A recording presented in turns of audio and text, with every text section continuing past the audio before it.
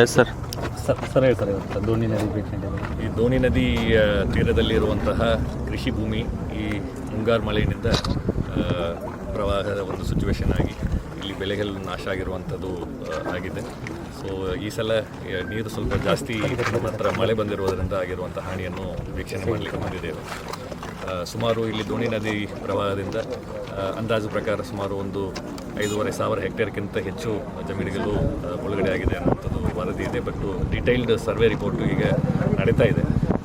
ನಮ್ಮ ಕಾರ್ಯತಂಡಗಳು, ಕೃಷಿ ಇಲಾಖೆ ಅಧಿಕಾರಿಗಳು, ನಮ್ಮ ಕಂದಾಯ ಅಧಿಕಾರಿಗಳು ಮತ್ತು ತೋಟಗಾರಿಕೆ ಇಲಾಖೆ ಅಧಿಕಾರಿಗಳು ಕೂಡ ಈ ಜಂಟಿ ಸಮೀಕ್ಷೆಯನ್ನು ಆದಷ್ಟು ಬೇಗ ಮುಗಿಸಿ ನಮಗೆ ವರದಿ ಸಲ್ಲಿಸಲಿದ್ದಾರೆ. ಆ ವರದಿ ಪ್ರಕಾರ ಎಷ್ಟು ಬೆಳೆ ನಷ್ಟ ಆಗಿದೆ, ಆ ಬೆಳೆ ನಷ್ಟಕ್ಕೂ ಕೂಡ ನಾವು ಪರಿಹಾರವನ್ನು ತಕ್ಷಣ ರೈತರ ಖಾತೆಗೆ ನೇರವಾಗಿ ಪರಿಹಾರ ತಂತ್ರಾಂಶದ ಮುಖಾಂತರ ಜಮಾ ಮಾಡುವಂಥ ಕೆಲಸವನ್ನು ಮಾಡ್ತೇವೆ.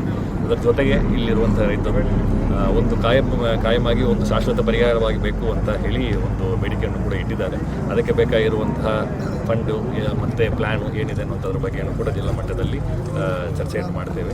ಸೊ ಈಗ ಸದ್ಯಕ್ಕೆ ಇಲ್ಲಿರುವಂಥ ಬ್ರಿಡ್ಜ್, ದೋಣಿ ನದಿ ಅಕ್ರಾಸ್ ಇರುವಂತಹ bridge 1 kilometre on either side desilting ಕೆಲಸವನ್ನು ಈ ಸಲ ಸ್ಟೇಟ್ ಡಿಸಾಸ್ಟರ್ ಮಿಟಿಗೇಷನ್ ಫಂಡ್ ಅಂತ ಹೇಳಿ ಡಿಸಾಸ್ಟರನ್ನು ತಡೆಗಟ್ಟುವ ನಿಟ್ಟಿನಲ್ಲಿ ಬರುವಂಥ ಒಂದು ಫಂಡಿನಿಂದ ಕಾಮಗಾರಿಯನ್ನು ಕೈಗೆತ್ತಿಕೊಂಡಿದ್ದೇವೆ. PRED ಇಂಪ್ಲಿಮೆಂಟೇಷನ್ ಏಜೆನ್ಸಿಯಾಗಿ ಕೊಟ್ಟಿದ್ದೇವೆ. ಸೊ ಅವರು ಎಲ್ಲ ವರ್ಕ್ ಮಾಡ್ಕೊಳ್ಳಿಕ್ಕೆ ಸಿದ್ಧತೆಗಳನ್ನು ಮಾಡಿಕೊಂಡಿದ್ದಾರೆ. ಕಾರ್ಯಾದೇಶವನ್ನು ಕೂಡ ನೀಡಿದ್ದಾರೆ. ನವೆಂಬರ್ ಅಂತ್ಯದಲ್ಲಿ ಸ್ವಲ್ಪ ನೀರಿನ ಪ್ರಮಾಣ ಕಡಿಮೆ ಆದ ಕೂಡಲೇ ಈ ಡಿಸಿಲ್ಟಿಂಗ್ ವರ್ಕು ಜೊತೆಗೆ ಪ್ಲಾಂಟೇಷನ್ ಬೌಂಡ್ರಿ ಪ್ಲಾಂಟೇಷನ್ ಮಾಡುವಂಥ ಕೆಲಸವನ್ನು ಕೂಡ ಅವರು ಪ್ರಾರಂಭ ಮಾಡ್ತಾರೆ. ಇದು ಸದ್ಯ ಮಟ್ಟಕ್ಕೆ ಪ್ರಿಯಾರಿಟಿ ವರ್ಕ್ ಇರುವುದರಿಂದ ಅದನ್ನು ತೊಗೊಂಡಿದ್ದೇವೆ. ಹಂತವಾಗಿ ಈ ಎಂಟೈರ್ ದೋಣಿ ನದಿಯಲ್ಲಿ ಇರುವಂಥ ಪ್ರಾಬ್ಲಮನ್ನು ಅನಾಲಿಸಿಸ್ ಮಾಡಿ ಅದಕ್ಕೆ ಬೇಕಾಗಿರುವಂಥ ಕಾಮಗಾರಿಗಳನ್ನು ಕೂಡ ಆದಷ್ಟು ಬೇಗ ಸರ್ ಅದು ಬ್ಯಾಂಬೂ ಹಚ್ಚೋದಿಲ್ಲ ಸರ್. ಈ ಅಂದರೆ ಇದೆಲ್ಲ ಕೊಚ್ಕೊಂಡು ಆ ಕಡೆ ಇದಕ್ಕೆ ನದಿ ಪಾತ್ರ ಇಲ್ಲ ಸರ್ ಎಲ್ಲಿ ಅಂತ ಲಿಮಿಟೇಷನ್, ಅದಕ್ಕೆ ಬ್ಯಾಂಬೂ ಹಚ್ಚಬೇಕು ಅನ್ನೋಂಥ ಬೇಡಿಕೆ ಇದೆ ಸರ್. ಅದಕ್ಕೆ ಯೋಜನೆ ಕೂಡ ಆಗಿತ್ತು ಸರ್.